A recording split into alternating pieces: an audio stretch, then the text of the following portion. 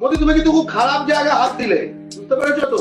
এই খারাপ জায়গায় ব্রিটিশরাও হাত দেয়, এই খারাপ জায়গাটায় মোগলরাও হাত দেয়নি। কোনো মোগলরা বলেনি যে বাঙালিরা হিন্দু, বাঙালিরা পাঠাবলি করে বলে তারা হিন্দু না, তাদের ধর্ম অন্য কিছু হবে, এই ব্রিটিশরাও বলেনি। তুমি ভাবছো তুমি আমাদের রাজা, তুমি আমাদের ধর্মের রাজা?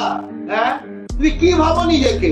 তুমি ওইখানকার রাজা হতে পারো, তোমার দেশে, তোমার দেশওয়ালীদের রাজা হতে পারো, কিন্তু মোদি একটা কথা বলে দিচ্ছি, তুমি বাঙালির খুব খারাপ জায়গায় হাত দিয়েছো। তুমি আজকে বাঙালি হিন্দুকে বলছো হিন্দু না।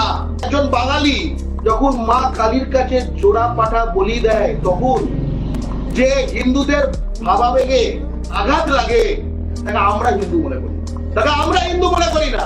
আমরা মা কালীর পূজা করব চিরাচরিত ভাবে, সনাতন পদ্ধতিতে, যেভাবে শতকের পর শতক, হাজার হাজার বছর ধরে আমরা পুজো করে এসছি। সেই পুজোতে যদি কেউ আঘাত প্রাপ্ত হয়, আমরা চাই সেই আঘাত আরো গভীরতর হোক, এবং আঘাত এতটাই গভীরতর হোক যে মা কালীর ভূমি, এই কালীক্ষেত্র, এই বাংলার মাটি তার যদি না পোষায়, ট্রেন আছে, বাস আছে, কালীর নামে দাও রে বেড়া, ফসলের তছরূপ হবে না। তাই মা কালীর নামে বেড়া দিতে হবে। আর ওই বেড়ার ওখানে আমাদের অর্পিত যে বলির যে প্রসাদ, সে প্রসাদের প্রসাদী মাংস ঝুলিয়ে রাখতে